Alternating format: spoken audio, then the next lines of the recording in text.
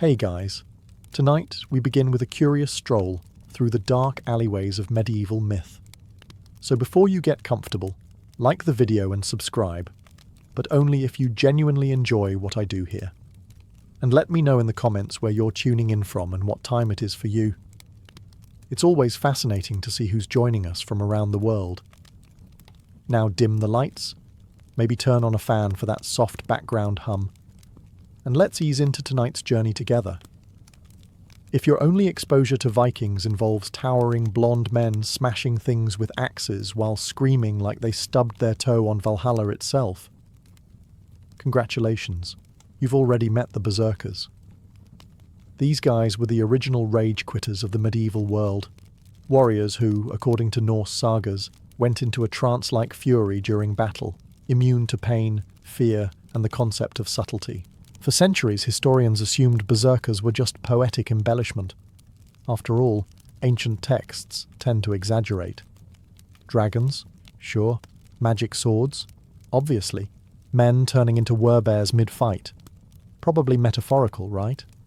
Well, not quite. Recent scholarship and archaeological digs have started connecting some wild dots. First, let's talk fashion. Several Viking graves reveal animal pelts, notably bear and wolf, buried alongside warriors. Coincidence? Maybe. Or maybe they liked cosplay before it was cool. But then things got weirder. Enter the mushrooms. Specifically, Amanita muscaria, the red and white spotted fungi you've seen in fairy tales and Mario Kart. This mushroom isn't just a Pinterest aesthetic. It's psychoactive. And yes, it grows in parts of Scandinavia. Consuming it doesn't just make you see colours. It can induce euphoria, disassociation, sweating, shaking, and the sudden urge to fight your neighbour's goat. Combine that with rhythmic chanting, fasting, and pre-battle rituals, and you've basically got a chemically enhanced human tornado wielding a battle axe. Imagine showing up to raid a monastery and being greeted by a shirtless man foaming at the mouth. Contemporary accounts from enemies of the Vikings describe madmen, immune to wounds and utterly fearless. Some scholars even suggest they bit into shields, not for defence, but to control their convulsions. You know, normal Saturday night things. The term berserk now lives on in our vocabulary, but back then it was a terrifying tactical advantage. Imagine trying to form a disciplined shield wall while a hallucinogenic Norseman in a bear pelt sprints at you like he's in a heavy metal music video. Strategy? Meet chaos. Ah yes, 1518. The year when hundreds of people in Strasbourg, France decided to fight despair, famine and disease the only way they knew how. By dancing. Not metaphorically, not romantically. Literally dancing until their feet bled, their hearts gave out, and the local authorities considered whether banning music might be healthier than banning witches. At first, it started small. One woman, Frau Trofea, stepped into the street and began dancing. No music, no audience. Just pure medieval groove. A couple hours in, and you'd expect someone to throw her a loaf of bread and suggest a nap. Instead, people watched. Then they joined. Because apparently, in 1518, seeing someone dance themselves into delirium meant, hey, looks fun, I'm in. Within days, dozens were dancing, then hundreds, and not at a festival, in the middle of the street, in the sweltering summer heat, without food, water, or any sense of self-preservation. It would have made a great TikTok trend, minus the mass casualties. What's baffling is the response from city leaders. Instead of, say, quarantining the dancers or bringing in doctors, they leaned into it. Literally. They hired musicians, built a stage, encouraged the dancers to get it out of their system. That's right.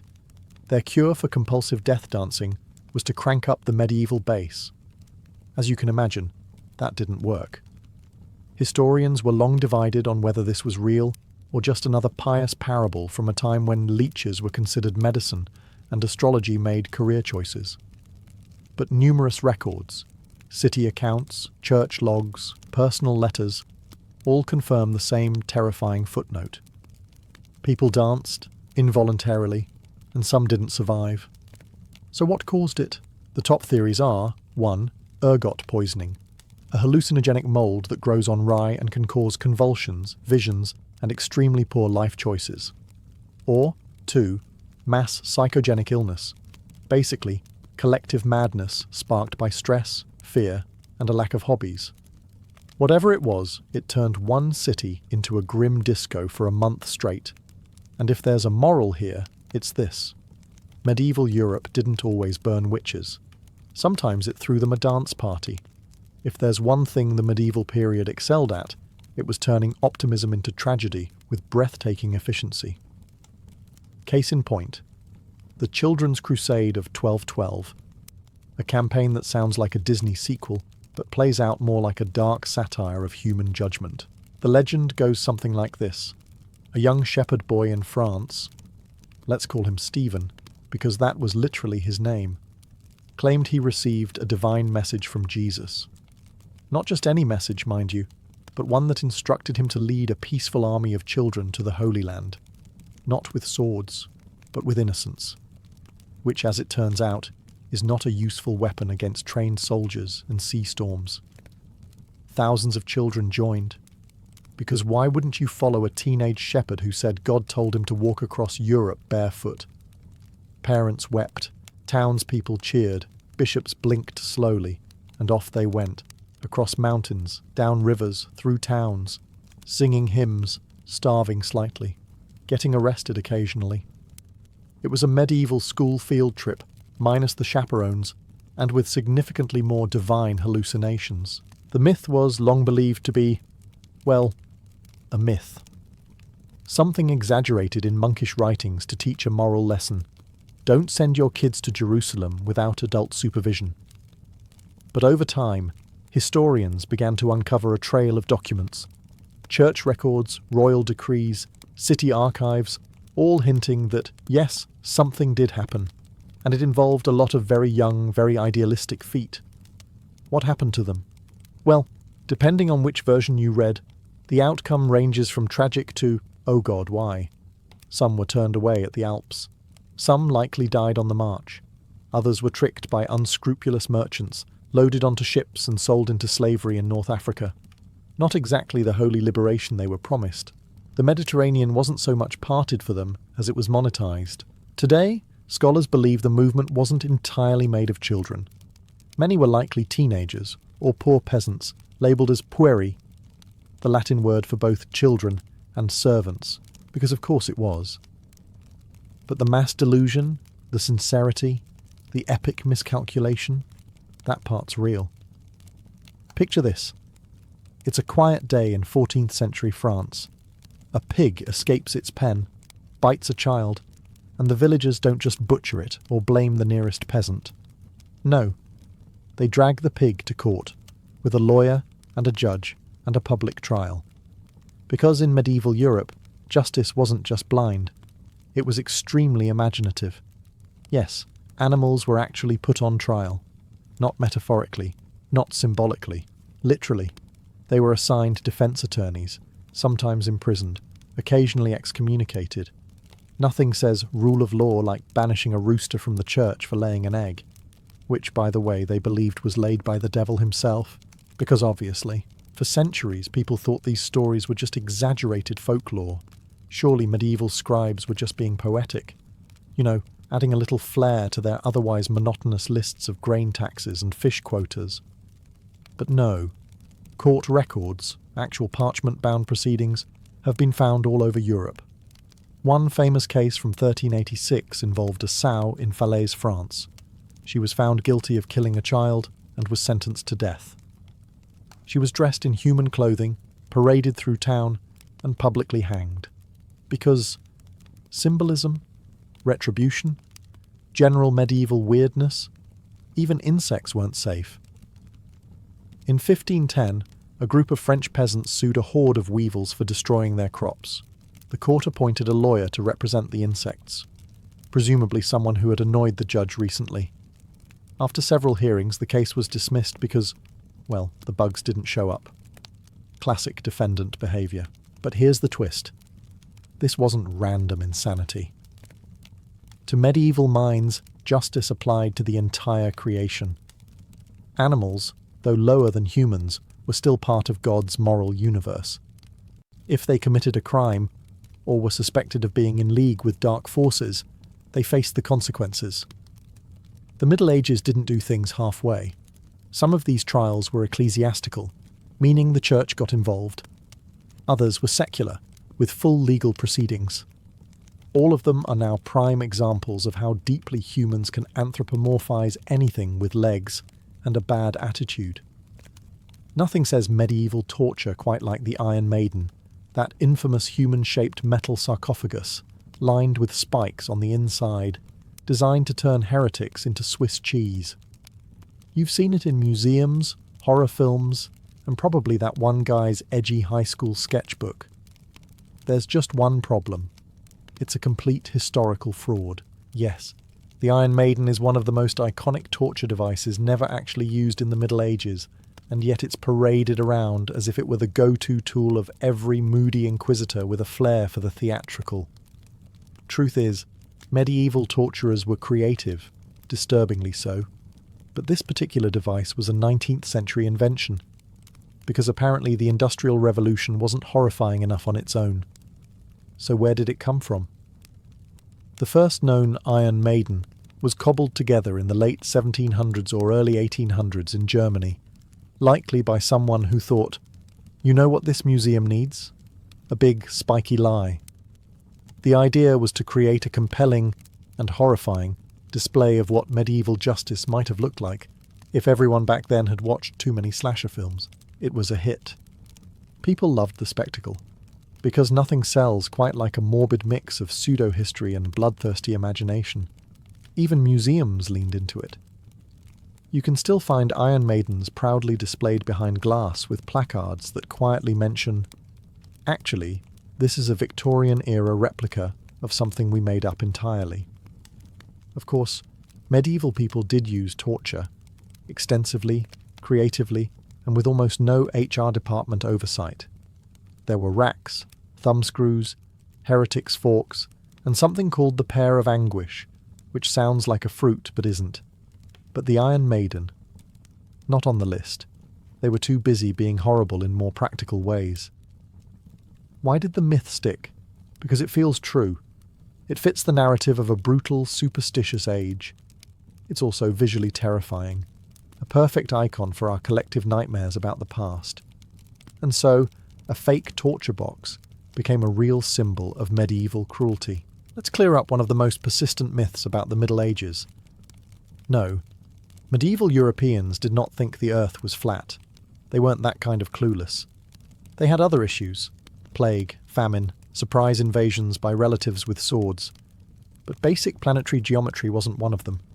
In fact, most educated people in the Middle Ages knew the earth was a sphere.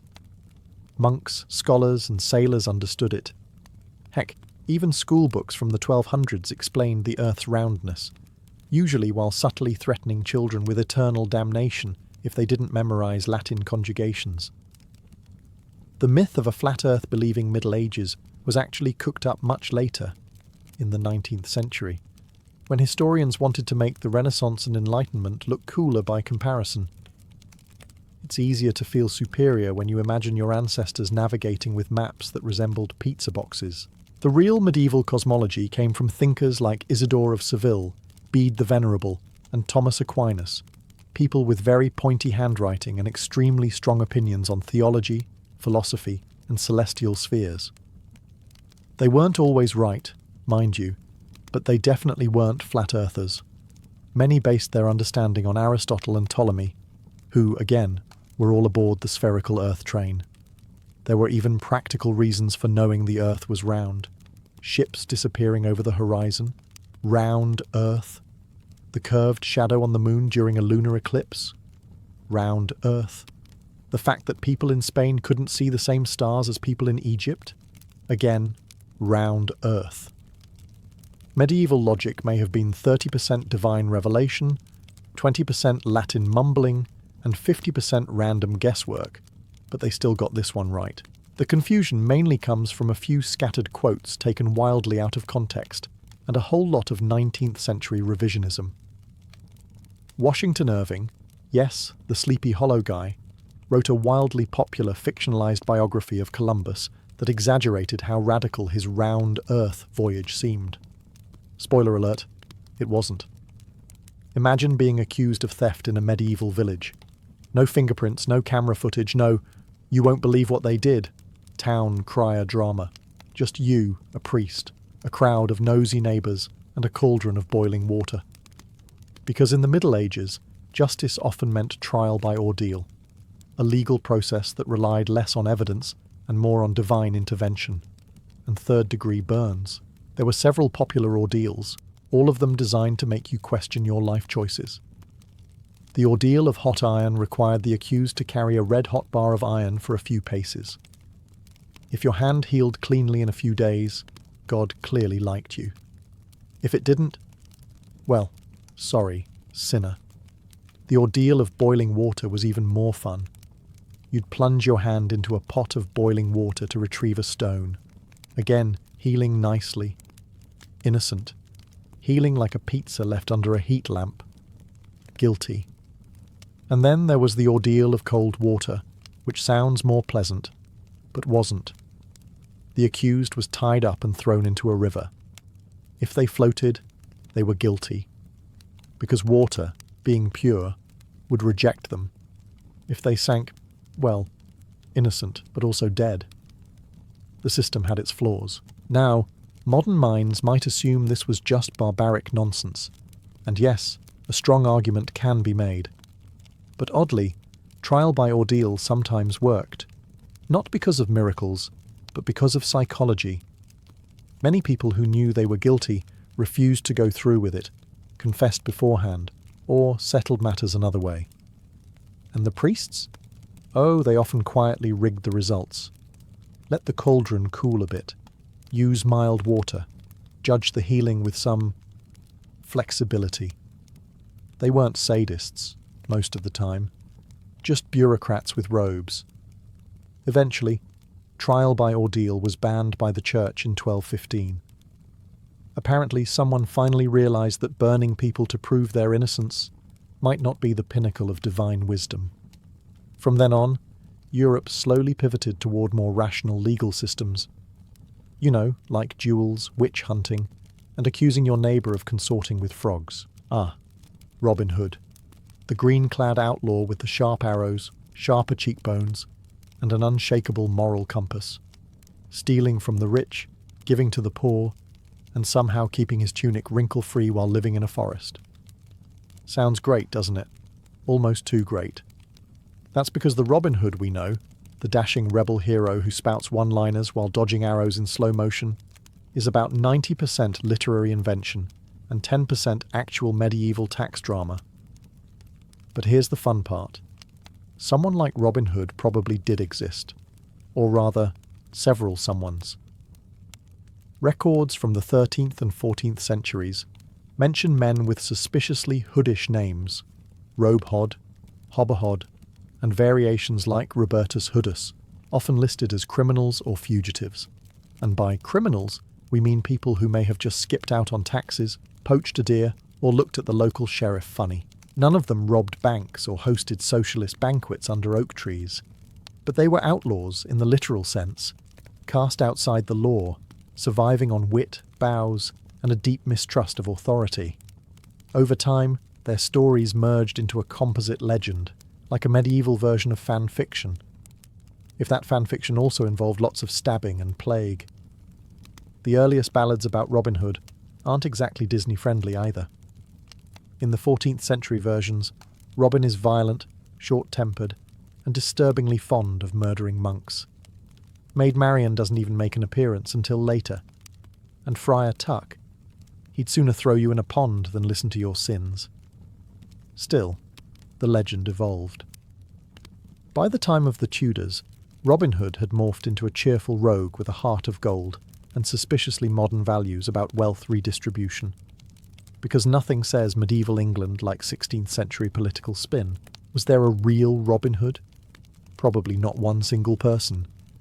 But the conditions that birthed the myth, corrupt officials, hungry peasants, and forests just begging for cinematic lighting, were very real.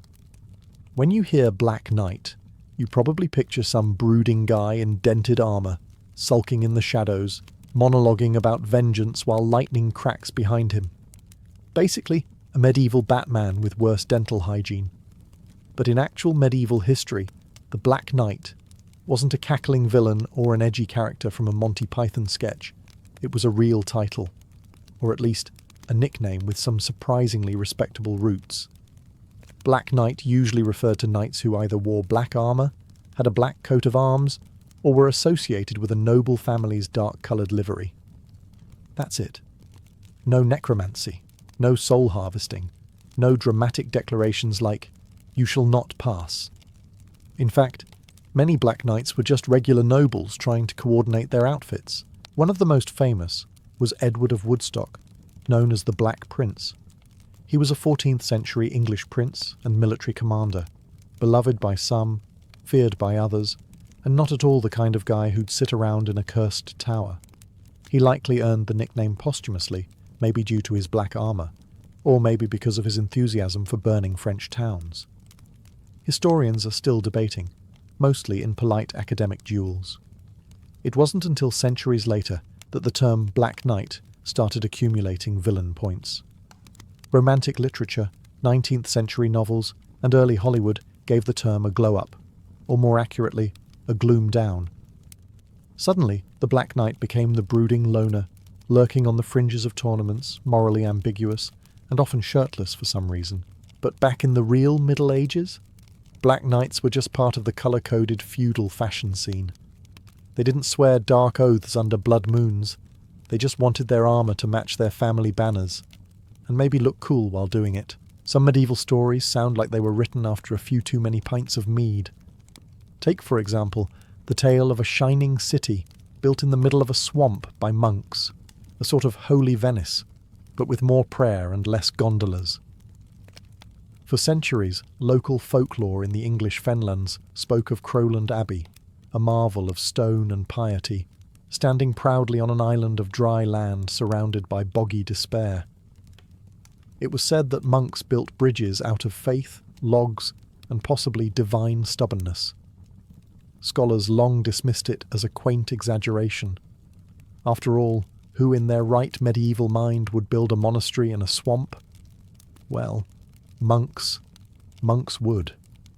Recent excavations have confirmed that Crowland Abbey, founded in the 8th century and expanded throughout the Middle Ages, did indeed rise out of the muck, complete with causeways, raised walkways, and early drainage systems so clever they make modern plumbing blush. These monks weren't just praying in the mist, they were engineering their way through it. They constructed wooden platforms on piles driven deep into the peat. They used gravel and clay to firm up walkways, and they built bridges, including the famous triangular bridge, which still survives today. Three-way symmetry, baby. You don't get that kind of architectural ambition from drunken peasants with a shovel. So why the swamp? Well, 2 reasons. Isolation and tax breaks. Monasteries were supposed to be separate from the sinful world. Nothing says holy isolation like being surrounded by mosquitoes the size of pigeons. Plus, land no one else wanted was often cheaper. So monks got crafty. They turned the marshes into a hub of spiritual and economic activity, farming eels, making cheese, and somehow not getting trench foot every winter. The result? A real-life miracle of persistence, engineering, and mild dampness. One that confirms that even the strangest-sounding medieval legends might be hiding a soggy little nugget of truth. Ah, yes. Pope Joan, the mysterious woman who supposedly fooled the entire Catholic Church, rose through the ecclesiastical ranks, became pope, and then dramatically gave birth in the middle of a papal procession. You know, your standard medieval Tuesday. For centuries, her story was whispered with scandalous glee, and then furiously denied by church scribes with the energy of someone deleting browser history. Many modern historians declared it medieval gossip, a cautionary tale cooked up by monks who really didn't want women near the altar.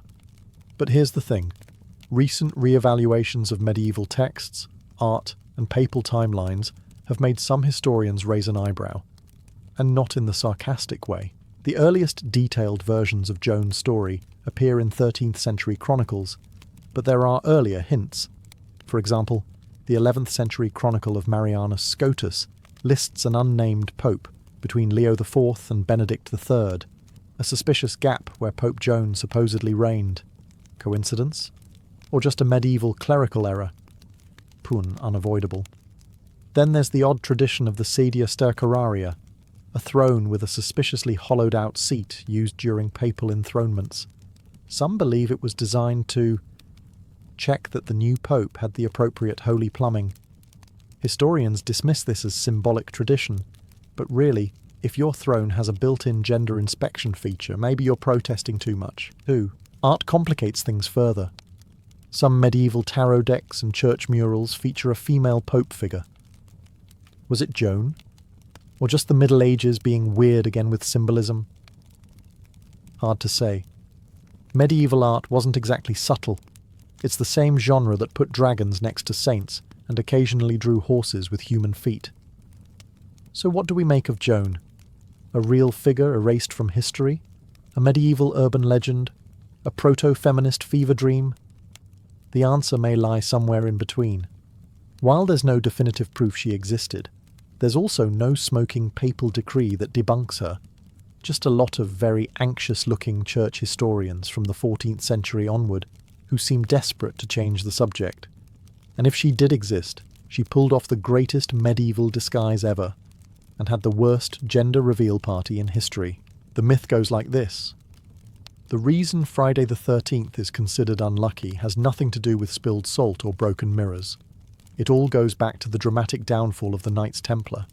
And unlike most scary campfire tales, this one actually has a historical backbone, and a sword, and a very angry French king.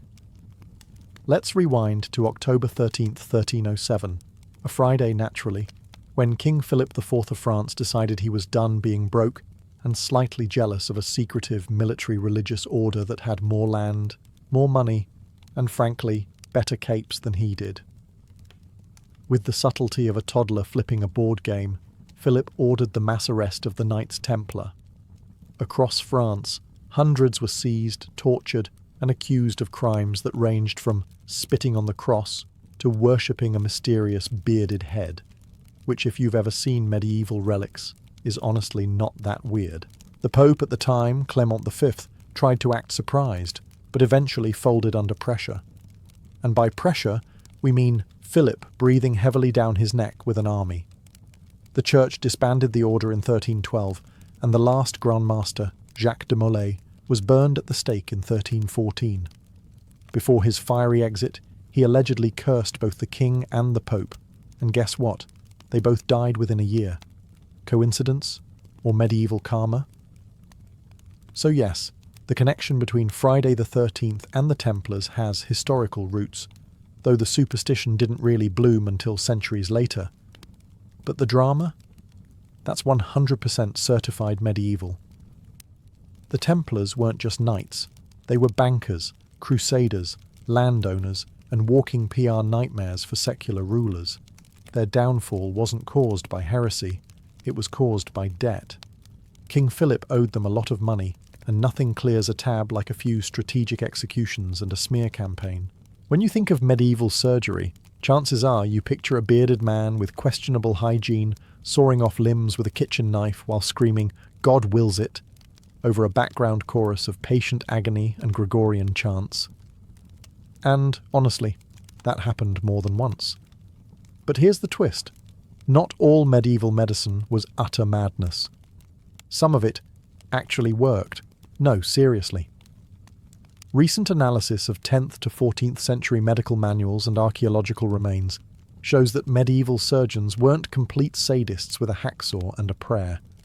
In fact, they were surprisingly competent at wound care, trepanation, and even cataract surgery, with tools that look like they were designed by a blacksmith on a budget.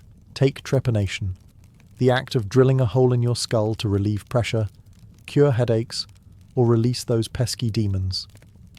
Because why trust Tylenol when you can ventilate your brain? Archaeological evidence shows patients survived these procedures at decent rates, their skulls showing signs of healing. So, not just a medieval lobotomy, more like a last-ditch effort with a decent follow-through. And then there's wound care. Texts like the Trotula and Chirurgia Magna contain recipes that would make a modern herbalist weep with joy. Honey, an antiseptic, wine, a disinfectant, and linen bandages were all used. Not quite penicillin, but honestly better than the rub mud and hope approach often credited to the era. Even dental work wasn't all pliers and screaming. Some surgeons used gold wire to secure loose teeth. Granted, medieval toothpaste was mostly charcoal and regret, but hey, they tried. Yes, there were leeches. And urine analysis. And yes, if you had a suspicious mole, someone might call it a sign of witchcraft and light you on fire. But overall, if you avoided the plague, war injuries, and humour imbalances, you had a fighting chance with a halfway decent barber surgeon. Of course, this doesn't mean medieval hospitals were soothing wellness spas. They were more like chaotic monasteries with a prayer budget, a bone saw, and a lot of yelling. But the myth that all medieval medicine was blind guesswork isn't entirely fair. Sometimes medieval doctors knew what they were doing. Other times they were just winging it with holy water and optimism. But credit where it's due, some of those patients actually walked out with all their limbs still attached. Let's bust one of the most stubborn medieval myths. The idea that everyone from the 5th to the 15th century wandered around like stinky, unwashed potatoes wrapped in wool. Contrary to this very pungent stereotype, many medieval people were not only aware of personal hygiene, they were downright fussy about it. Archaeological digs and manuscript evidence suggest that bathing, grooming, and scented oils were not only common, but part of a decent person's weekly routine. Now, did they shower twice a day and exfoliate with apricot scrubs? Absolutely not. But they did use soaps made from animal fat and ashes. Earthy tones. And many households had wooden tubs they filled with hot water for a nice soak, assuming you had a servant to haul it in and you didn't live in a drafty shack. And don't even get started on the public bathhouses, especially in places like medieval Paris, London, and the Islamic caliphates, where shared steamy bathing was both a social activity and a way to not smell like old cheese. Some even had separate rooms for men and women, and yes, it sometimes got a little too social, which is why a few church leaders started side-eyeing the whole bathhouse industry. But hygiene wasn't just about water and soap. People trimmed their nails, cleaned their ears, and plucked their armpit hair with terrifying enthusiasm. Monks had strict grooming rituals.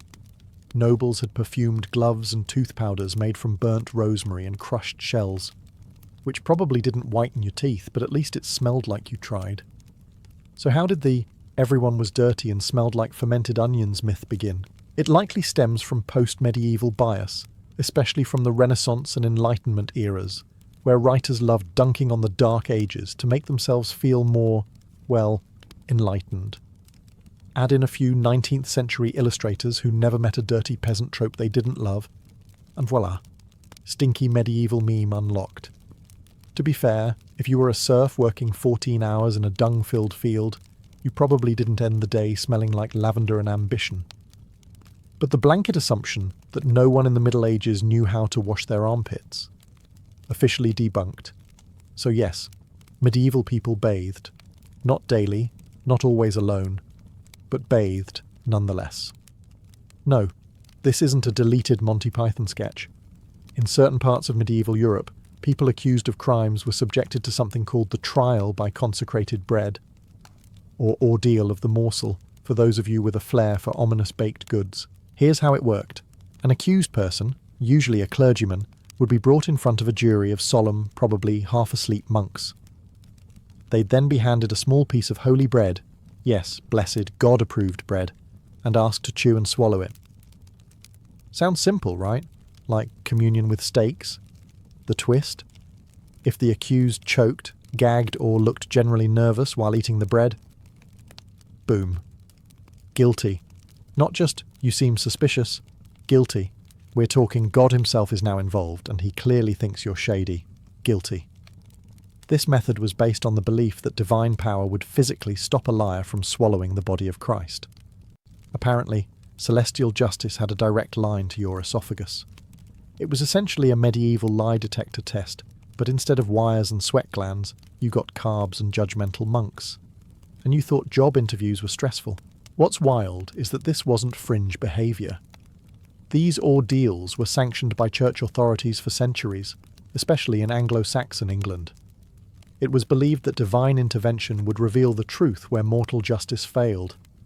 And because nothing says fair trial like giving a dry cracker to a terrified man and hoping he doesn't have acid reflux. Eventually, even the church realised this was getting a little silly.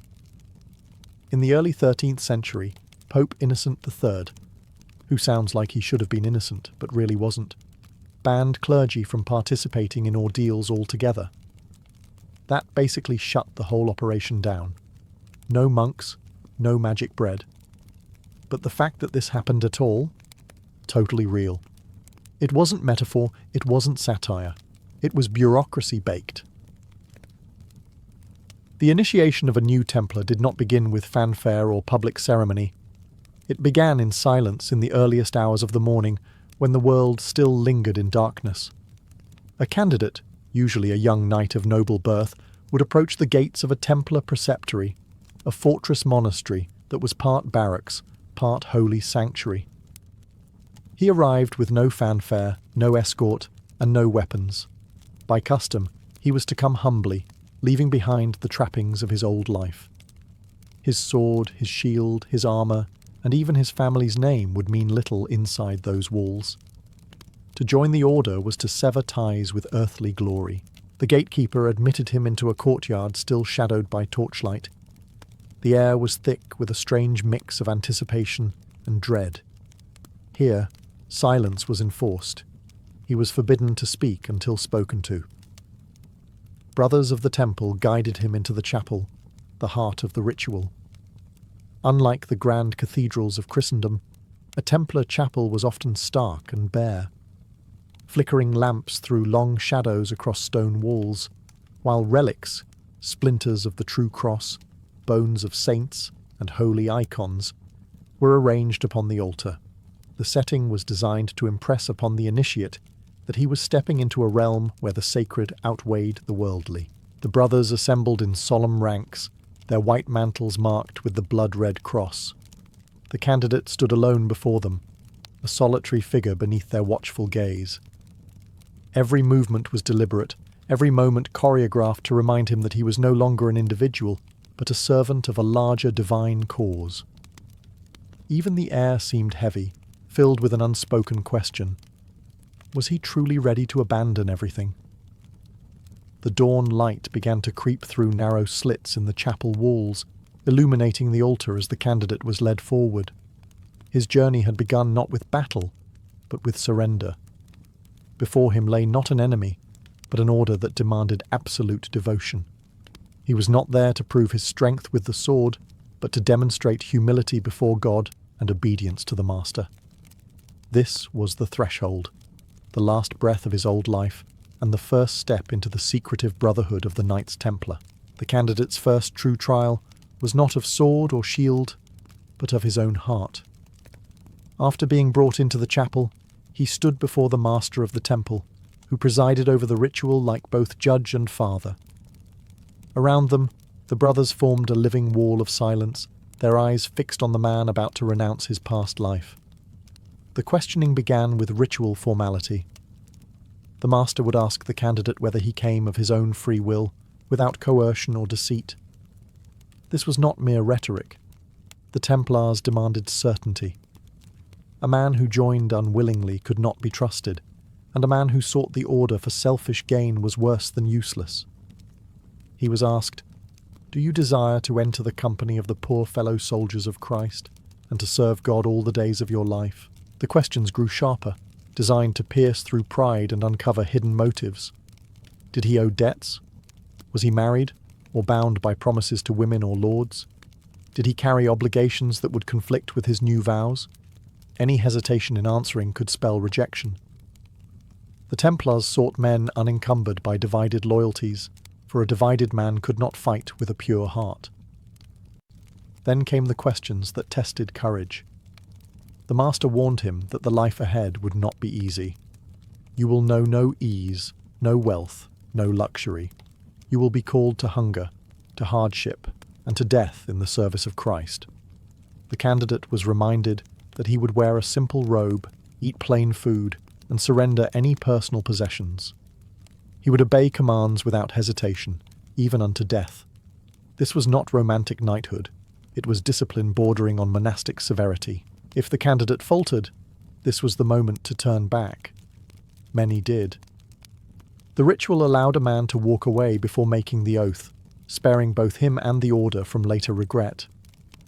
But if he stood firm, the master pressed him once more.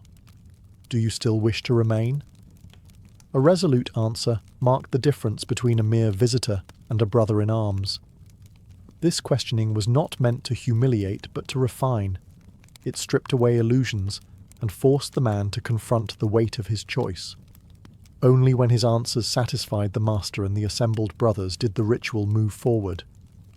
He was now on the very edge of binding himself, not just to an army, but to a holy cause that claimed his soul as much as his sword. Once the candidate had proven his resolve through questioning, the ritual moved into its most sacred phase, the taking of vows.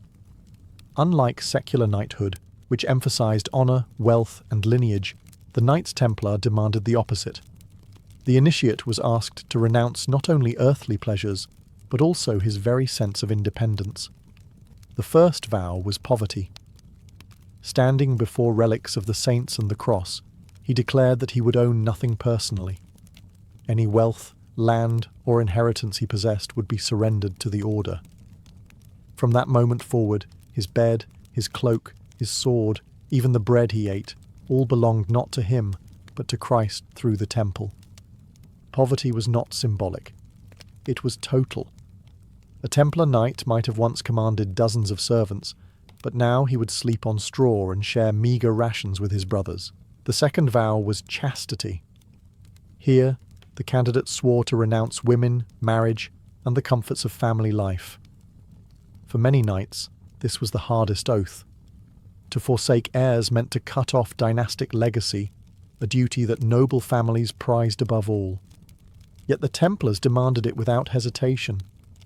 The initiate swore to love no woman in a carnal sense, devoting all passion instead to Christ and the Virgin Mary.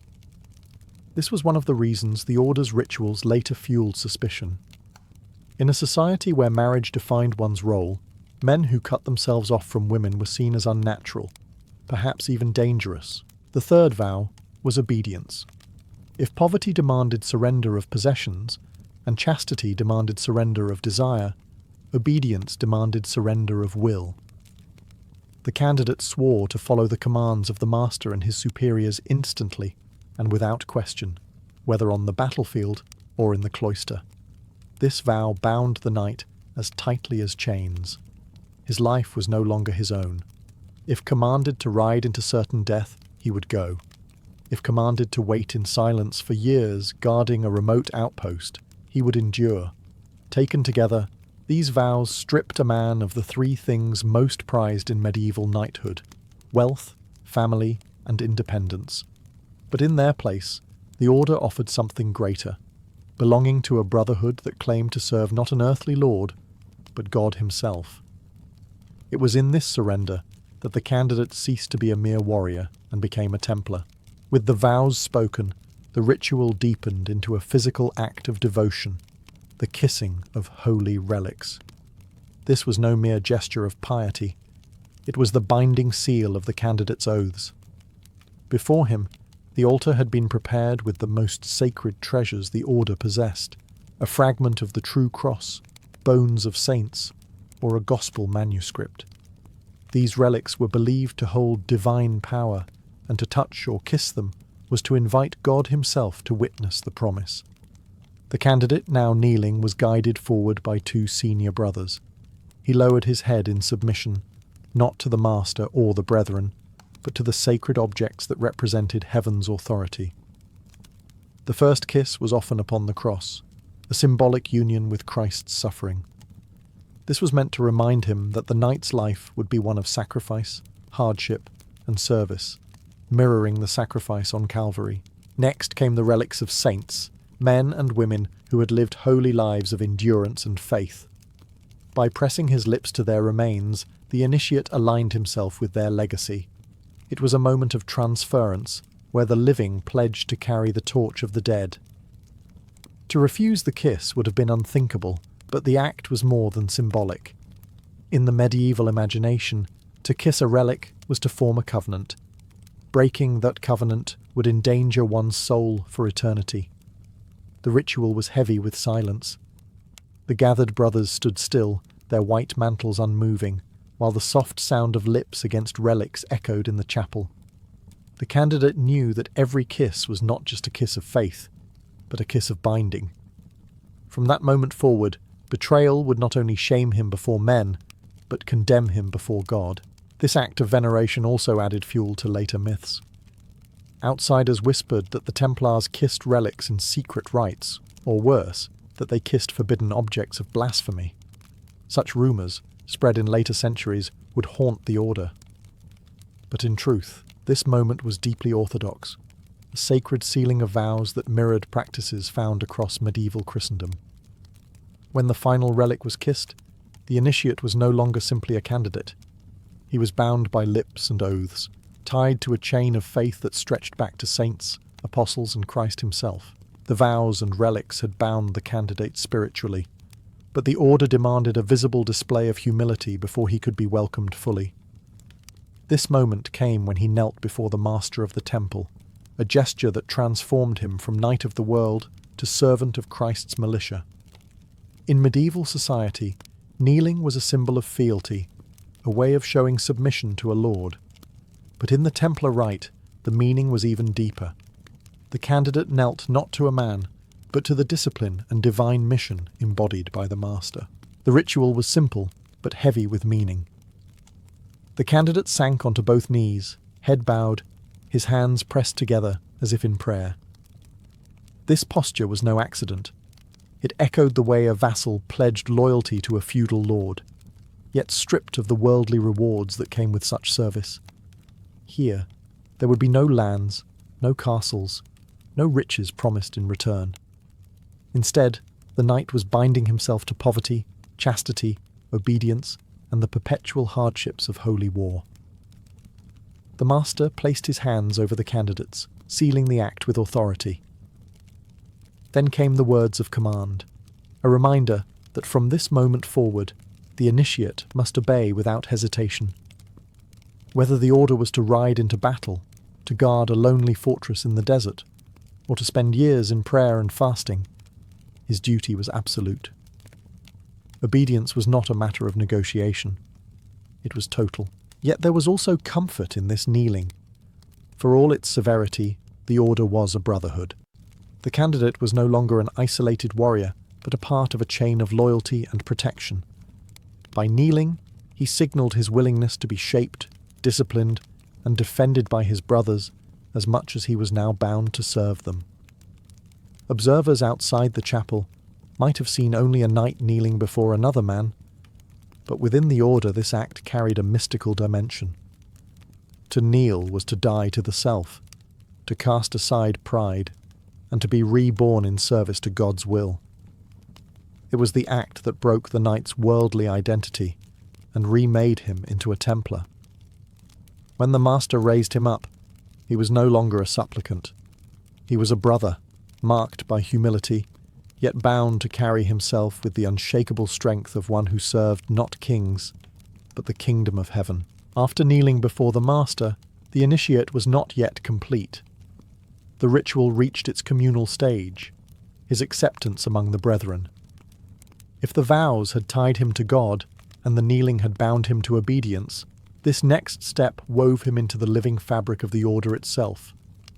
The gathered knights, standing in solemn ranks, now became witnesses and guarantors of his new life. They were not silent spectators. Their presence mattered. In the dim light of the chapel, their white mantles with the crimson cross created a striking image, reminding the candidate of the purity demanded, and the blood he might one day spill. Each brother had endured the same questioning, sworn the same vows, and bent the same knee. To be admitted into their company was not simply to join an army, it was to become part of a spiritual family. At this point, the master would turn to the assembly and ask if any brother had reason to oppose the new initiate.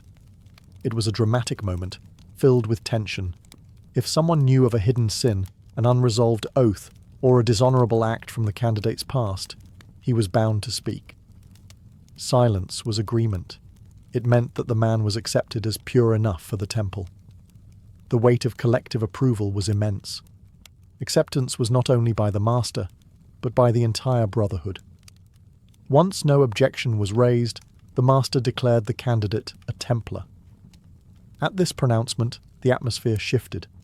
The brothers, who had until then remained rigid and distant, now welcomed him with a gesture of fraternity. Some rituals mention the kiss of peace, where each knight greeted the new brother with a kiss on the cheek, a sign of spiritual kinship. Others describe a symbolic embrace, bringing the initiate physically into the fold. This moment of acceptance carried enormous significance. The knight was no longer alone, no longer a wandering warrior with only his sword for company. He had gained hundreds of brothers who would fight, pray, eat, and even die beside him. Yet the secrecy surrounding these rites, especially the kiss of peace, fueled later rumors that the Templars harbored strange, even heretical practices. Outsiders, excluded from the chapel, imagined sinister oaths and blasphemous acts, but for the brothers themselves, it was simply the sacred confirmation of belonging, a visible sign that the candidate had passed from solitude into the eternal fellowship of the temple. The culmination of the initiation was marked by a transformation so simple, yet so profound, that it became the most enduring symbol of the Knights Templar, the investiture with the white mantle. For a medieval knight, clothing was never just fabric. It declared rank, wealth, and allegiance. To be stripped of one garment and given another was to shed an old identity and assume a new one. The candidate, still kneeling, was brought before the altar once more. A senior brother stepped forward carrying the mantle, a plain white cloak marked with the crimson cross. Its simplicity stood in stark contrast to the rich tunics and colourful heraldry that most knights wore. Where other warriors adorned themselves with family crests and gold embroidery, the Templar mantle declared humility, purity, and absolute devotion. The red cross, stitched over the heart, was not decoration, but a reminder. Blood might be demanded, and sacrifice was inevitable. The master spoke as the garment was placed upon the initiate's shoulders. He explained that the whiteness symbolized chastity and spiritual cleanliness, while the cross was both burden and blessing. To wear the mantle was to proclaim before all men that he had renounced the world. Wherever he travelled, from Paris to Jerusalem, from dusty roads to royal courts, his cloak announced him as a Templar, bound by vows that set him apart. This investiture was often accompanied by warnings. The master would remind the new knight that if he should ever betray his vows, the mantle would become a curse rather than a blessing. To disgrace the cross was to invite eternal damnation.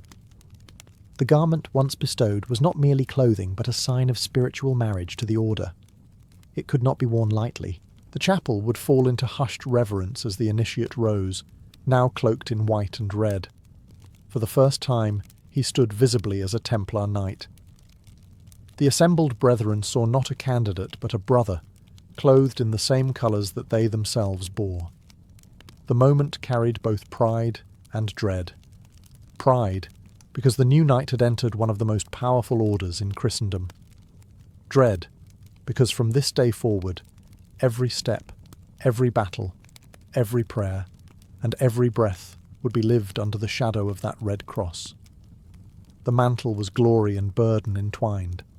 No initiation was complete without a meal, not a lavish feast, but a communal table where the new knight took his place among his brothers for the first time.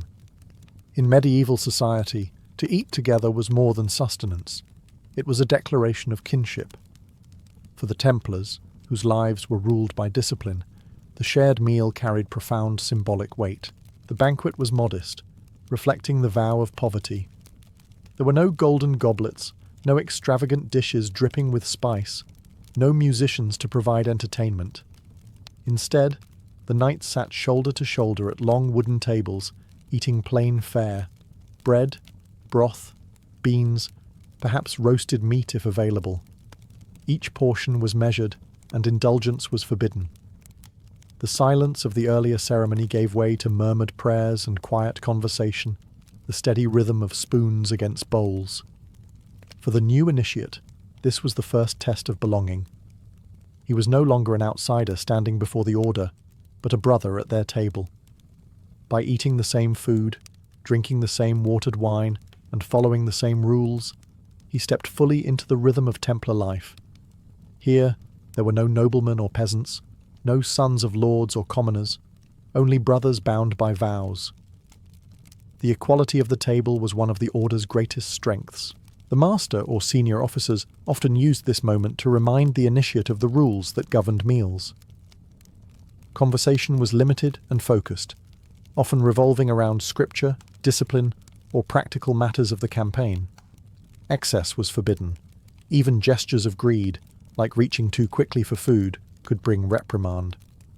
The meal itself was a continuation of the vows. Simplicity, obedience, and humility played out in the act of eating. This banquet also had a spiritual layer. To break bread together was to echo the Last Supper, the fellowship of Christ and his disciples. Just as the knights had sworn oaths before relics, now they confirmed their unity through shared sustenance. The initiate, tasting the plain bread and wine, knew he was bound to these men not just in battle but in daily life, in hunger and in prayer. By the time the meal ended, the new knight had fully crossed the threshold. He had been questioned, tested, bound by oaths, and now nourished by the same food as his brothers. What remained was the final blessing, the sealing of his place in the spiritual army of the temple. The last stage of the initiation was both solemn and uplifting, the final blessing that sealed the knight into eternal brotherhood. Everything that had come before, the questioning, the vows, the kneeling, the relics, the mantle, and the meal, led to this culminating act. Now, before God and his brethren, the initiate was consecrated as a full Templar. The chapel grew still once more. The master stood before the new knight, lifting his hands in blessing. Words of prayer were spoken, invoking Christ, the Virgin Mary, and the saints as witnesses to the vows just taken. This blessing was not symbolic but binding. The initiate was believed to be spiritually marked, set apart from the rest of Christendom. No longer a free knight of the world, he was now a soldier of Christ, sworn to defend the faith until death. Some accounts suggest that the blessing also carried a warning. The master reminded the new brother that to break his vows was to betray not only the order, but God himself. Damnation, both earthly disgrace and eternal punishment, awaited those who faltered. It was a sobering reminder that this brotherhood was not something to be entered lightly. Once bound, there was no release, only life in service or death in disgrace. After the blessing, the brethren together recited prayers, surrounding the new knight in a chorus of Latin chants. The effect was overwhelming, the sound of voices echoing against stone walls, a wave of devotion that swept him into the rhythm of the order. For the initiate, it was both a farewell to the life he had left behind and a welcome into something eternal. At last, the master declared him a brother of the temple. A murmur of approval moved through the ranks.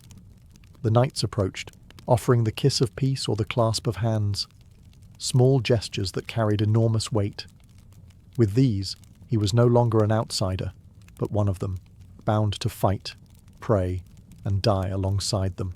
When he stepped out of the chapel, clothed in white, bearing the red cross, the world would see only a knight.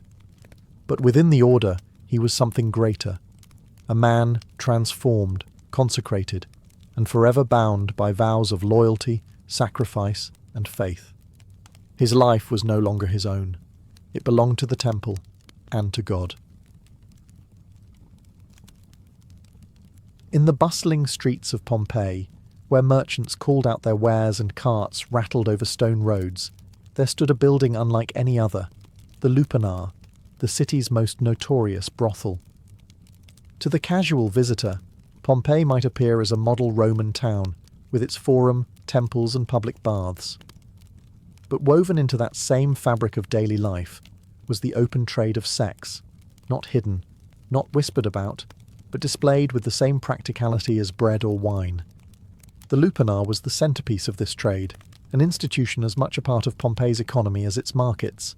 The very name Lupanar reveals how Romans viewed its function. Derived from the Latin word lupa, meaning she-wolf, it was a slang term for prostitute. Just as a wolf prowls the wilderness, these women were imagined as prowling for clients. Yet in reality, it was the customers who prowled the city, following carved phallic symbols etched into paving stones and walls that literally pointed the way to the brothel's doors. For a Roman man, whether soldier, sailor, or merchant, there was little secrecy in such pursuits. Pompeii wore its sexuality openly, and the Lupanar made no attempt to hide its purpose. From the outside, the building was ordinary, blending with the other stone structures around it. But step through its narrow entrance, and you entered a different world. The air was heavy with the smell of oil lamps, cheap wine, and bodies pressed into small, stifling rooms. The voices of clients bargaining, the laughter of women trained to seduce, and the scrawled graffiti of past visitors all testified that this was not a place of fleeting use. It was a social hub, a regular stop in the daily rhythm of Roman men. Unlike temples, which promised divine ecstasy, or taverns, which promised escape in drink, the Lupanar promised immediate physical satisfaction. It was, in many ways, a theatre of desire, where the performance never stopped. Some came in groups, others alone, but all found the same blunt efficiency.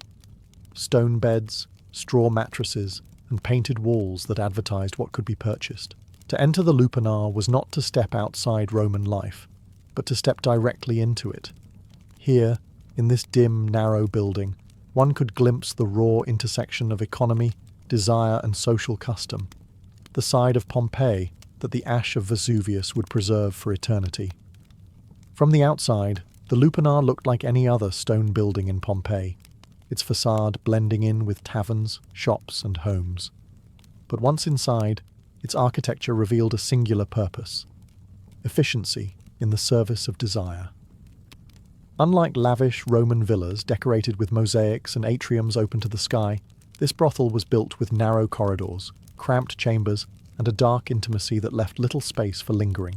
The building itself was 2 stories tall. The ground floor housed 5 small rooms, each with a built-in stone bed. These were little more than cubicles, windowless, airless, and sparsely furnished. A thin mattress stuffed with straw or cloth was laid across the stone platform, often covered with a rough blanket. Comfort was not the goal, durability was.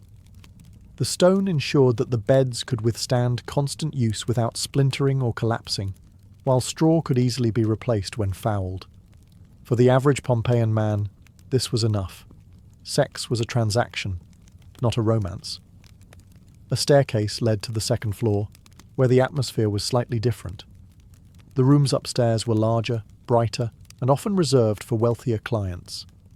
Here, visitors might find wooden beds, softer coverings, or a touch of privacy absent downstairs. Those who could afford to pay more sought not only pleasure, but also comfort, and the architecture reflected this hierarchy of experience. At the centre of the brothel was a small stone staircase, the artery that connected rich and poor, upstairs and downstairs, fleeting encounters and longer indulgences. The walls themselves served a role in guiding customers. Phallic carvings pointed toward the rooms, almost like arrows, ensuring that even strangers could navigate the building. The brothel was practical, but it was also symbolic. The cramped ground floor rooms represented the raw, unvarnished side of Roman sexuality, quick, transactional, and accessible to all. The upper rooms reflected the stratification of Roman society, where wealth could still purchase luxury, even in the pursuit of lust. Together, they formed a microcosm of Pompeian life, class divisions, economic realities, and human desire all compressed into a single structure. To walk its halls was to step into a machine built for one purpose: every corner of the Lupanar, from the echo of footsteps on stone floors to the flicker of oil lamps against frescoed walls, reminded the visitor that this was not a home or a temple, but a marketplace of flesh. Perhaps the most striking feature of the Lupanar, and the one that has fascinated historians and tourists alike, are the erotic frescoes painted above the doorways of its small rooms. These images were not abstract decorations or veiled hints. They were explicit, colourful depictions of sexual acts, preserved remarkably well under the ash of Mount Vesuvius. To walk into the brothel was to be confronted by a literal catalogue of desire, a visual menu that guided the client in his choices. In a city where literacy rates were limited, especially among slaves, foreigners, and lower-class visitors, these paintings were practical. A traveller who did not speak Latin, or a client who could not read, could still point at the image that matched his preference. Each fresco depicted couples in different positions or scenarios, leaving little room for modesty or ambiguity. The Romans did not cloak sexuality in euphemism here. They displayed it with the same matter-of-fact clarity as a baker displaying loaves of bread. The placement of these frescoes also carried symbolic weight. They were positioned above each room's doorway, almost like signboards in a shop. Some scholars argue that they functioned as advertisements for what might be available inside, while others believe they were more general illustrations meant to inspire arousal. Either way, the effect was unmistakable. The walls themselves became salesmen, guiding the eye and the imagination. The artistry was crude by the standards of Roman villas, which often boasted refined mythological frescoes. But what the Lupanar's images lacked in polish, they made up for in clarity. The bold lines, exaggerated bodies, and unembarrassed poses conveyed exactly what was on offer. And unlike the subtle eroticism found in elite homes, these frescoes were unashamedly transactional. They existed to facilitate business. Interestingly, these menus may also have functioned as a form of regulation. By displaying a range of acts openly, the brothel standardized expectations, ensuring that both client and prostitute understood the terms. This efficiency reduced disputes, much like a tavern posting prices for wine. For archaeologists, the frescoes are more than titillation. They provide rare insight into the sexual economy of Pompeii, revealing not only the practices, but also the attitudes of a society where desire was commodified. They remind us that the Lupanar was not a hidden den of shame, but an openly advertised marketplace of pleasure, where walls spoke louder than words. Behind the painted walls and stone beds of the Lupanar were the women themselves, the central figures of Pompeii's sex trade. Their lives were harsh, their labour relentless, and their status almost always marginalised. Unlike the courtesans of later European history, the prostitutes of Pompeii were rarely free women choosing this profession. Most were slaves, purchased or captured from distant provinces, brought into the city as commodities in the same way as grain, wine, or olive oil. The Lupanar's women came from across the Roman Empire: Gaul, Greece, Syria, North Africa. Their foreign origins were sometimes advertised as exotic attractions, appealing to clients who desired novelty. These women often had their identities stripped away, given simple Romanized names such as Fortunata, Lucky One, or Prima, the First. Such names reduced them to functions, catalogued like items in a market stall. Their daily existence was grueling. From morning until late at night, they worked in tiny, airless rooms, often servicing multiple clients in succession. Payment was collected quickly, usually a single coin, sometimes the equivalent of a loaf of bread. The women kept almost nothing for themselves. Earnings were claimed by the brothel's owner. Even their bodies were not truly their own, subject to the demands of strangers and the rules of the establishment. Yet within this bleak reality, traces of individuality survive. Graffiti scratched onto the walls of the Lupanar preserve snippets of the women's voices, boasts, names, and even playful remarks left for future clients to read. Some inscriptions reveal pride in skill, others bitterness at exploitation. These fragments remind us that the women were not faceless commodities, but human beings, with wit, frustration, and resilience. The stigma they bore was immense. Roman society tolerated prostitution, but did not honour it.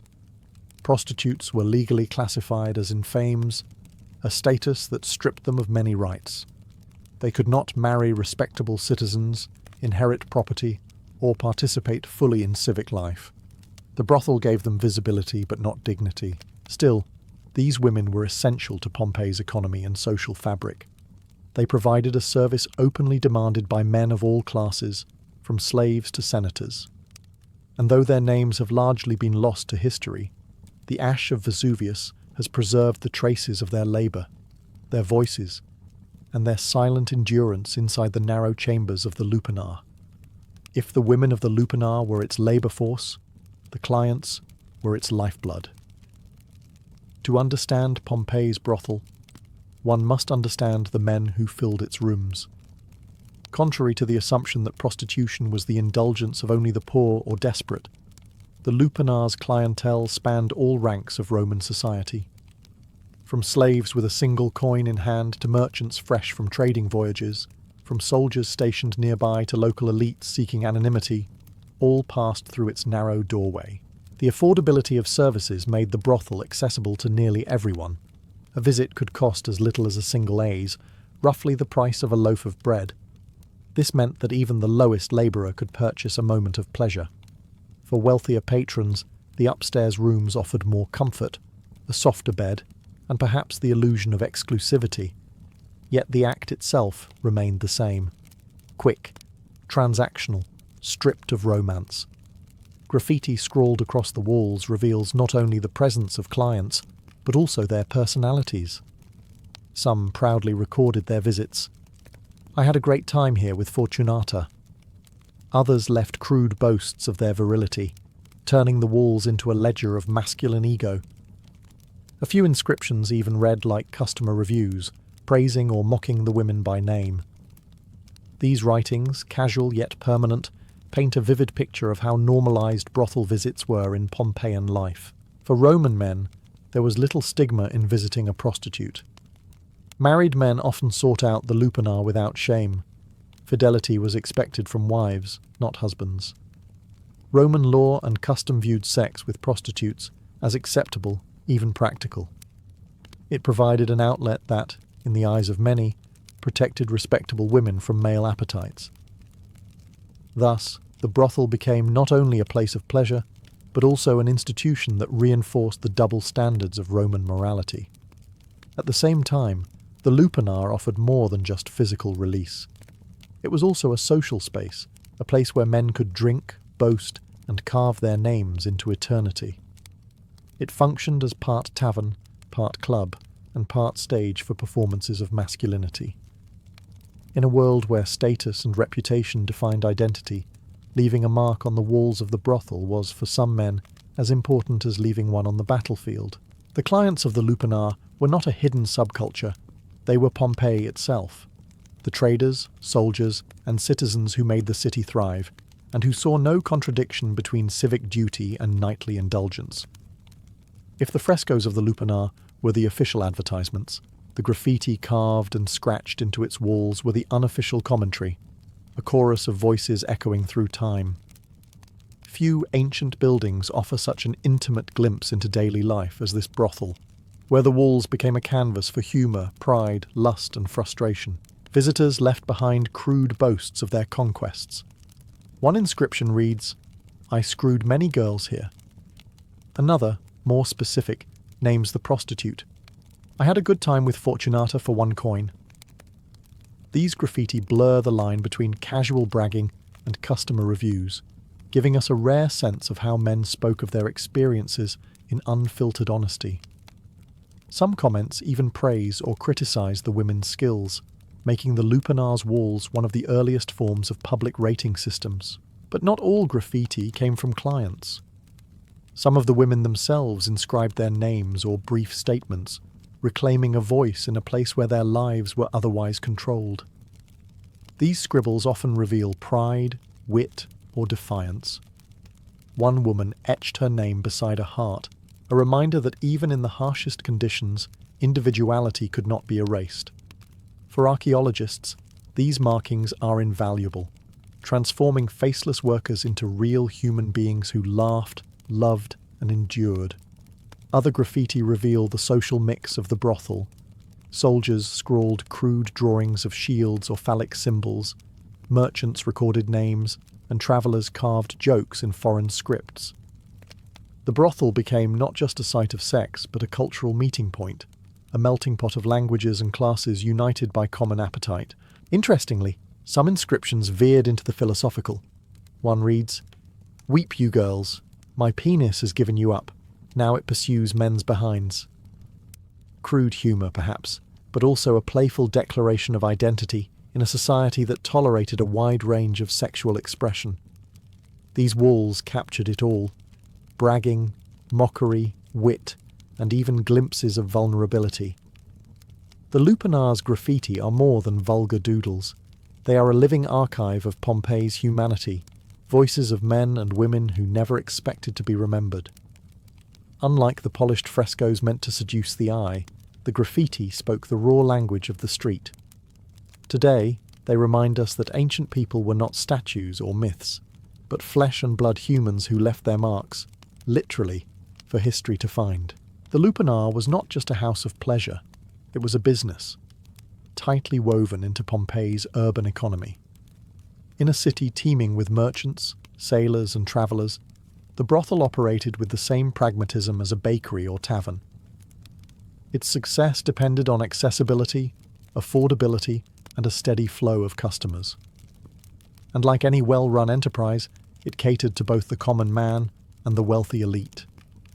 Prices were shockingly low. Inscriptions suggest that a visit could cost as little as the price of a loaf of bread. For a single coin, a soldier or labourer could secure a few moments in one of the ground floor cubicles. The upstairs rooms, reserved for wealthier patrons, commanded higher fees.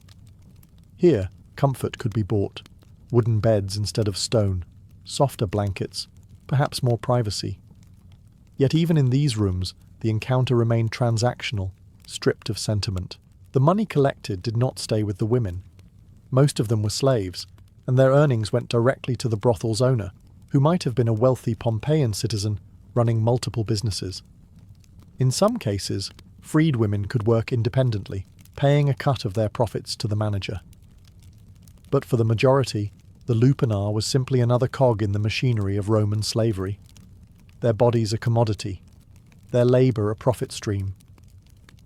The scale of business was considerable.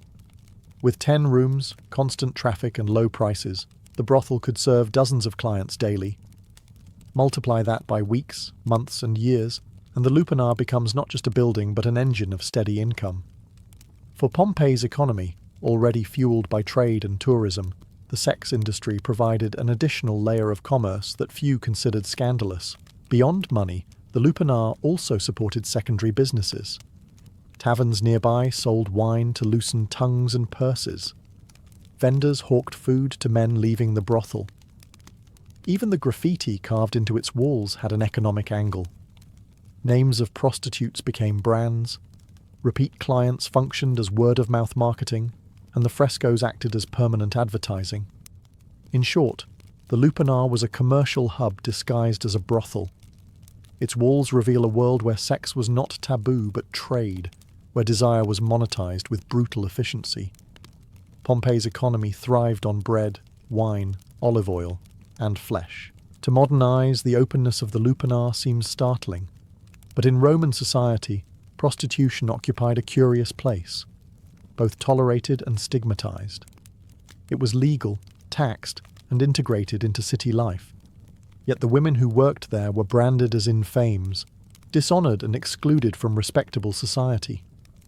This paradox defined the brothel, a place many men used without shame, yet one that carried deep social stigma for those inside it. For Roman men, visiting a prostitute was no moral failing. Husbands could enter the Lupanar without disgrace, even while expecting absolute fidelity from their wives. A wife's duty was to safeguard lineage and property, while her husband's excursions to brothels were considered an acceptable outlet. Double standards were built into Roman law and custom. The act was not about love, but control, Men's appetites were legitimized, while women's sexuality was tightly policed. The prostitutes, however, bore the full weight of stigma. As in fames, they were stripped of rights. They could not marry respectable citizens, testify in court, or inherit wealth. Their bodies were public property in the eyes of the law. Even freedwomen who entered the trade voluntarily remained socially tainted, unable to climb into respectability. To be marked as a prostitute was to be permanently branded, regardless of wealth or age. Yet society could not function without them. Moralists like Seneca and philosophers like Cicero acknowledged that prostitution kept social order, providing a sanctioned outlet for male desire. Augustus himself regulated the trade, requiring prostitutes to register with authorities. Thus, Rome institutionalized what it also despised, weaving brothels into the very fabric of its cities. The stigma extended to space itself. The Lupanar was located not in Pompeii's elite districts, but in a working-class quarter near taverns and shops. Respectable women would not pass its threshold, nor would noble families openly acknowledge its existence, yet its clients came from every stratum. The building was both central and marginal, a paradox carved into stone. This tension between tolerance and shame is what makes the Lupanar so revealing.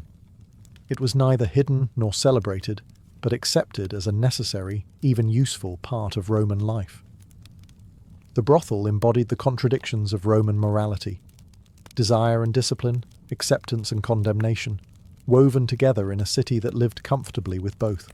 When Mount Vesuvius erupted in 79 CE, it did more than destroy Pompeii, it preserved it.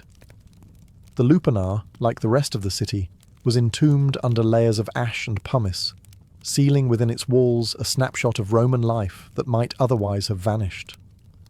Unlike Rome itself, where centuries of rebuilding erased much of the past, Pompeii remained frozen in an instant, offering archaeologists an unparalleled time capsule. The Lupanar's survival is extraordinary.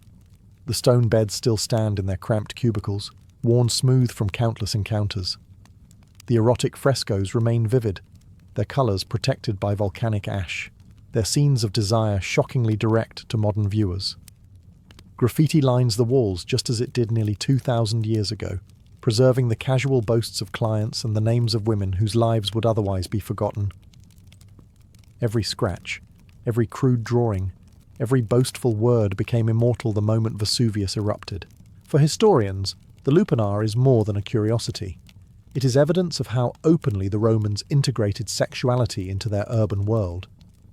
The brothel was not an exception, but an institution, legal, regulated, and normalized.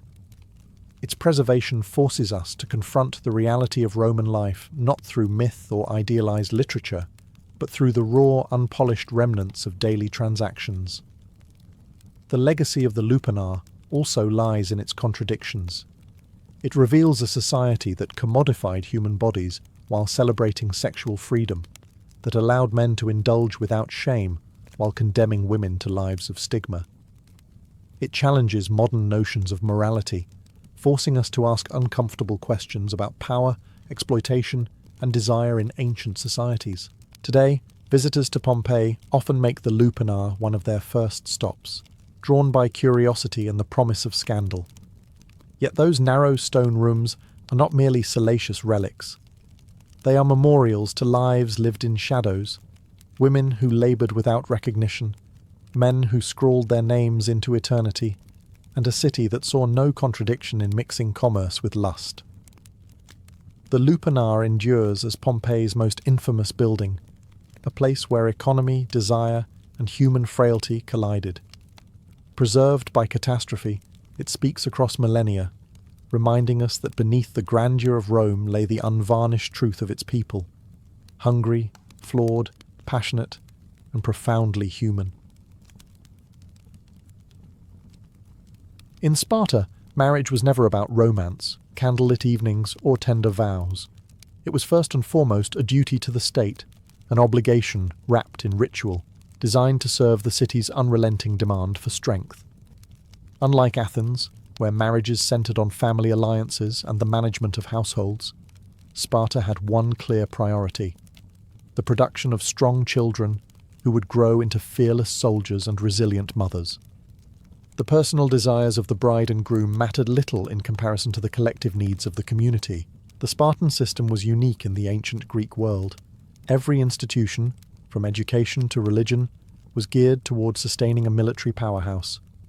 Men spent the majority of their lives in the agoge, the harsh training program that molded them into warriors. Women were expected to be equally resilient, trained in physical exercise so they would bear healthy offspring. Within this framework, marriage was not a private arrangement, but a civic responsibility. A couple's union was viewed through the lens of what it could contribute to Sparta's future armies. This mentality shaped every aspect of their customs. For Spartans, a wedding was less about joy and more about efficiency. The state intervened heavily, ensuring that unions were not based on whim, but on practical considerations: age, strength, and fertility.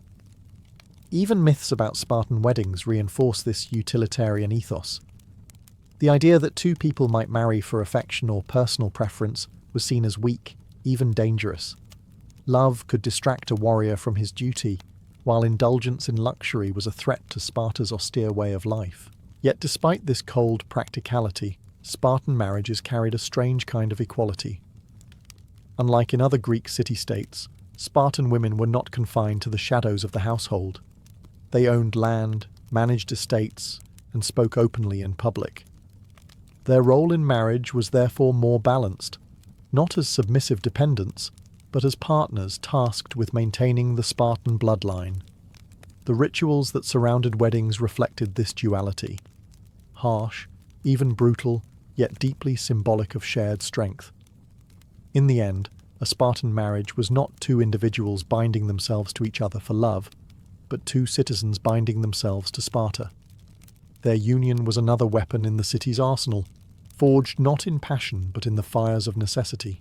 In Sparta, the timing of marriage was not left to chance, nor was it guided by personal desire. The state carefully dictated when its citizens could wed, ensuring that the institution served its military and demographic needs above all else. Unlike other Greek city-states, where men often married young to secure household stability, Spartans followed a strict pattern. Men delayed marriage until the age of 30, while women typically married much earlier, in their late teens or early 20s. This unusual gap in age was no accident. By 30, a Spartan man was considered seasoned, having endured the full rigours of the agora, the grueling military training system that began in childhood. Only after proving himself as a disciplined warrior, capable of obedience and endurance, was he seen as fit to assume the responsibilities of marriage. The state demanded that men demonstrate loyalty to Sparta before they could be trusted with loyalty to a household. Marriage, in other words, was a reward for survival and service. And for women, the logic was different. Spartan girls were raised to be strong, athletic, and resilient, their training including running, wrestling, and even javelin throwing. This physical discipline was not to prepare them for battle, but for motherhood. The ideal Spartan bride was one who could endure childbirth and produce vigorous children. By marrying young, women entered their most fertile years under the watchful eye of the state, aligning their personal lives with Sparta's goal of breeding strong offspring. The result was a sharp contrast: experienced warriors marrying youthful, physically robust women. This pairing embodied the Spartan vision of balance: seasoned male strength joined with female vitality. The household was not built on affection, but on calculated utility, with both partners chosen at the optimal moment for contributing to the city's survival. Yet, paradoxically, this arrangement gave Spartan women more influence than their counterparts elsewhere. Because men remained in barracks until 30, even after marriage, wives often managed estates and finances in their husband's absence. This created an unusual dynamic where women were younger but not powerless, entrusted with responsibilities that Athenian women could scarcely imagine. Thus, the age of marriage in Sparta reflected more than biology. It reflected ideology. It was a timetable crafted by the state, ensuring that marriage served not personal romance but the perpetual machinery of war. Few customs in the ancient world were as striking or as unsettling as the Spartan treatment of brides on their wedding night. Unlike the flowing dresses and elaborate hairstyles of Athenian or Corinthian brides, Spartan women were stripped of their femininity before entering marriage. Their heads were shaved clean, their bodies dressed in a man's cloak, and simple sandals replaced any hint of adornment. In this moment, the bride was transformed, not into a delicate wife, but into something resembling a young warrior. Why such an unusual ritual? The symbolism was twofold. First, it reflected Sparta's rejection of luxury and vanity. Long hair, jewellery, and perfumes were markers of wealth and softness, traits despised in a society that valued austerity and discipline. By shaving the bride's head, Sparta stripped away beauty as ornament, forcing the union to rest on strength, not appearance. Second, the disguise blurred the lines between male and female. Spartan marriage was not about a passive woman joining a dominant man. Instead, the bride's transformation emphasized her role as a partner, one expected to endure hardship and contribute to the Spartan ideal of strength. Dressed in male clothing, she embodied toughness and equality, signaling that she was not to be treated as fragile. This practice was unique in Greece, where most women were confined to the household and expected to embody submissive modesty. The act also carried a deeper psychological purpose. To a Spartan groom, accustomed to spending his life among men in military barracks, the transition to marriage could be jarring. By presenting the bride in an androgynous form, the ritual softened this shift, bridging the gap between male camaraderie and heterosexual union. Over time, as hair grew back and the woman adopted her new role as wife, the transformation was complete. She was now both hardened like her husband and capable of producing the next generation of warriors. Though strange to modern eyes, this shaving ritual reveals how deeply Sparta fused gender roles with civic duty. The bride's body was remade into a symbol of resilience, a living reminder that marriage in Sparta was not about romance or beauty, but about survival, strength, and the creation of a unified, disciplined household. In most Greek cities, weddings were public celebrations filled with music, banquets, and processions. In Sparta, however, the union of husband and wife began with something that looked more like a raid than a ceremony: the ritual abduction of the bride.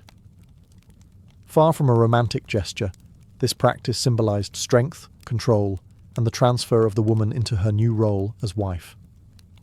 After the bride had her head shaved and was dressed in male clothing, she was secretly abducted by her groom.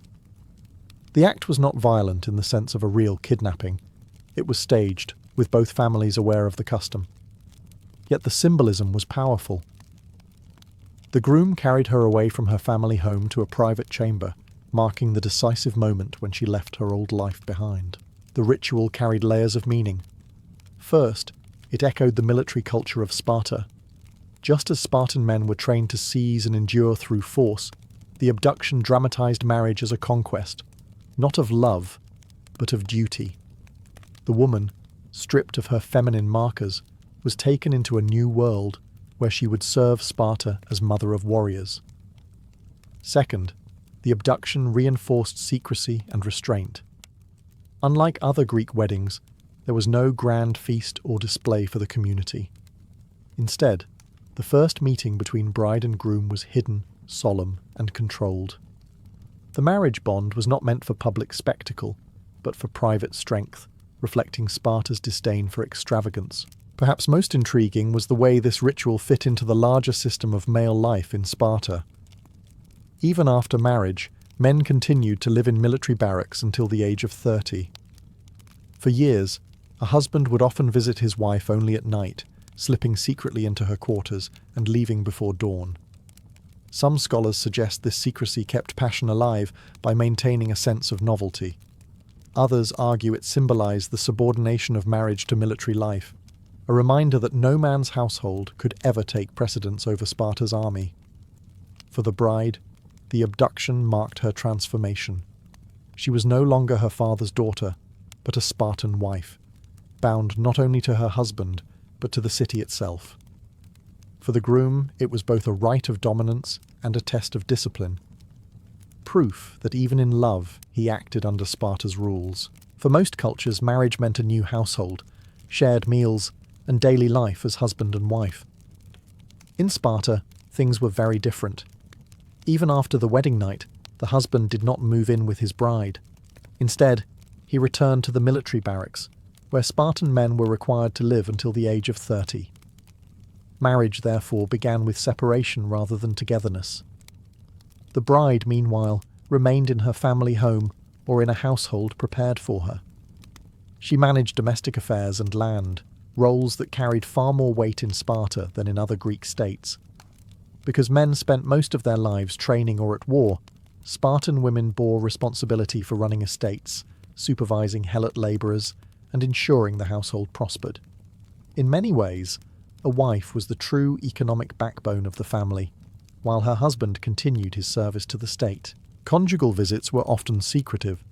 A young husband might slip away at night to meet his wife in private, returning to his barracks before dawn. These clandestine encounters added an unusual intensity to early married life. Some historians believe this secrecy kept desire alive, preventing the familiarity that could dull passion. Others see it as a clear reminder that a man's primary loyalty was to his fellow warriors, not to his spouse. For the bride, this arrangement could be both empowering and isolating. On one hand, she was entrusted with authority uncommon for women elsewhere in Greece. While Athenian wives lived secluded lives, Spartan women managed wealth and made decisions in their husband's absence. On the other hand, the emotional distance created by the husband's absence shaped a marriage that was more functional than affectionate. Children were the ultimate goal. When a couple produced a healthy son, they had fulfilled their duty to Sparta. Daughters, too, were valued, as they would grow into the next generation of strong Spartan mothers. The household's success was measured not in romance but in contribution to the state's population of warriors. Thus, life after the wedding night was marked by paradox. Spartan marriages were austere, even cold by modern standards, yet they granted women unusual power and independence.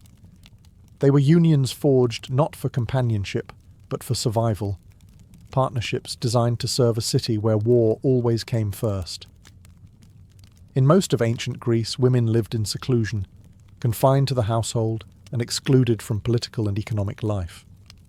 Sparta was radically different. Spartan women held a unique position of power, and marriage only strengthened it. Far from being silent figures in the background, they were active participants in the state's survival. The central role of a Spartan wife was motherhood, but not just in the biological sense. She was expected to produce strong, healthy children, capable of becoming warriors or mothers of warriors. To achieve this, Spartan girls were raised in a way that shocked other Greeks. They trained physically from youth. They ran, wrestled, and threw javelins, their bodies hardened not for battle, but for childbirth. The ideal Spartan woman was athletic, resilient, and unafraid. Marriage built upon this foundation, transforming her from daughter into bearer of the city's future. But her responsibilities extended far beyond the cradle. Because husbands were tied to barracks until 30, and even afterward often away on campaign, wives became de facto heads of households.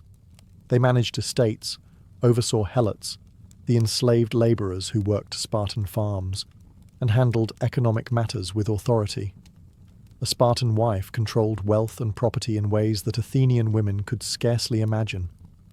In fact, by some accounts, women in Sparta eventually controlled nearly 2/5 of the land, a staggering figure in the patriarchal ancient world. Their influence also reached the social and cultural sphere. Spartan mothers were famously bold, known for sayings that encapsulated the city's ethos. "Return with your shield or on it," they told their sons heading to war. This blunt encouragement to embrace victory or death reflected the same values marriage demanded: strength, duty, and sacrifice to the state above all else. Marriage did not diminish a woman's independence.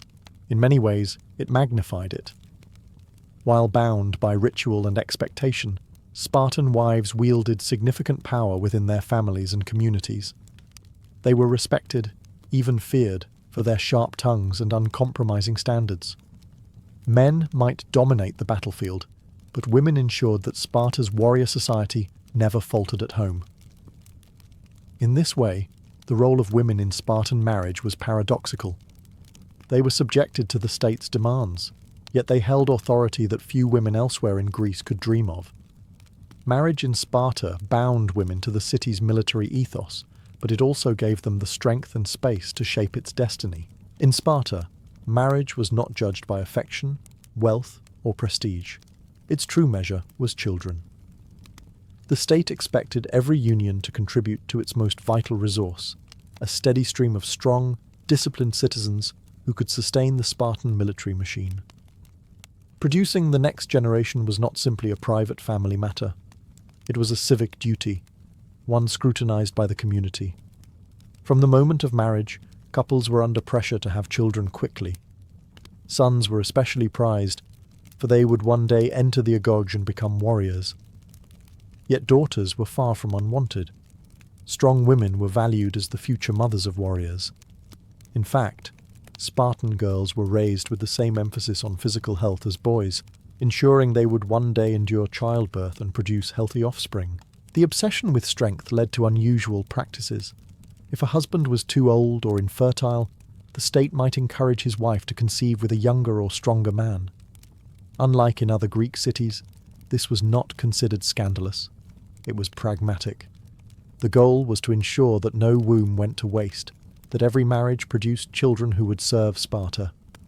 Some sources even suggest that men could allow their wives to sleep with particularly strong warriors in order to breed better offspring, treating reproduction almost like selective training for animals. Newborns, once delivered, faced harsh scrutiny. Elders inspected infants to determine if they were healthy and strong enough to survive. Weak or deformed babies could be abandoned, a chilling practice that reflected Sparta's ruthless dedication to strength. For those deemed fit, childhood was brief, for boys were soon taken from their mothers to begin training in the agoge. Mothers, though deeply attached, were expected to accept this as part of their duty. Marriage, then, was inseparable from the state's eugenic ambitions. Couples were not simply building families, they were producing soldiers and mothers, the raw material of Sparta's future. Even intimacy itself was subordinated to this aim. The rituals, secrecy, and discipline surrounding Spartan marriage were all geared toward one outcome: a next generation capable of sustaining the city's way of life. For Spartans, love was fleeting, but legacy was eternal. A successful marriage was not one that brought joy to husband and wife, but one that brought strength to Sparta. In most Greek city-states, marriage was considered a private affair between families. In Sparta, however, the state stood firmly in the middle of every union, shaping it to serve its relentless military agenda. Marriage was not a contract of love or even property. It was an instrument of policy, tightly regulated to ensure the city's survival. The state dictated the timing of marriage. Men were forbidden to wed until they had completed years of military training and reached the age of 30. This ensured that only seasoned warriors, proven in discipline and loyalty, were entrusted with families. Women, by contrast, were married young, their fertility seen as a resource to be tapped early for the benefit of the city. Even this pairing of older men with younger women was less about custom than about strategy. It maximized the likelihood of strong offspring. Beyond timing, the state also intruded into fertility itself. If a marriage failed to produce children, it was not seen as a private misfortune, but as a public failure. The state could encourage unconventional arrangements, allowing another man to father children with a woman, or permitting an older husband to lend his wife to a younger warrior. To the Spartans, this was not shameful but practical. The duty of every couple was to contribute to Sparta's population of warriors. Even the rituals of marriage bore the stamp of state ideology: the shaving of the bride's head, the ritual abduction, the secrecy of conjugal meetings. These customs reflected values of austerity, discipline, and restraint, all of which the state demanded from its citizens. Marriage was another form of training, not a sanctuary from it. The constant presence of the state also reinforced the paradox of Spartan life. While men were bound to the barracks, women were granted unusual authority at home. By forcing husbands to remain in military service long after marriage, the state created space for wives to manage estates and exercise influence. In this way, the state's grip on marriage indirectly elevated women's power, making them indispensable in both family and economic life. Ultimately, marriage in Sparta was not a personal milestone, but a civic obligation. Every shaved head, every secret meeting, every child born under its system was proof that the state extended into the most intimate corners of life. In Sparta, even love and family bowed before the needs of war. The marriage customs of Sparta, so strange and severe to modern eyes, were never simply personal traditions. They were the direct reflection of a society built on discipline, austerity, and service to the state. Unlike Athens, where weddings were colourful celebrations filled with music and feasting, Spartan unions were marked by shaved heads, staged abductions, and secrecy. These practices stripped marriage of romance and luxury, turning it into a civic tool for producing strong citizens. The legacy of these customs lies in how completely they embodied Sparta's priorities. Every ritual, from the bride's transformation into a near-masculine figure to the groom's nightly visits from the barracks, symbolized unity, strength, and subordination of the individual to the collective. Marriage was not about pleasure, but about function, designed to create a partnership that mirrored Sparta's military order, efficient, unyielding, and devoted to survival. Yet, paradoxically, this system elevated women in ways uncommon elsewhere in Greece. Because men remained bound to military service, women became managers of estates, property holders, and guardians of the household. Spartan wives were younger, but wielded remarkable influence, their voices sharp and their independence undeniable. While the state imposed harsh controls, it also gave women unusual prominence in civic life, a legacy that fascinated and unsettled other Greeks. These customs also reveal Sparta's uncompromising view of human relationships. Children were inspected for strength, marriages arranged for fertility, and even intimacy itself was subjected to the demands of the state. Love was secondary to duty, and beauty was shaved away in favour of resilience. What mattered was not the comfort of husband and wife, but the endurance of a society permanently at war. When Sparta eventually declined, its marriage rituals, like its military discipline, became the stuff of legend. Writers from other Greek cities often portrayed them as bizarre, even barbaric, yet also admirable in their stark dedication. Today, they serve as a reminder of how profoundly a culture's values can shape its most intimate institutions. The legacy of Spartan marriage customs is not romance, but revelation.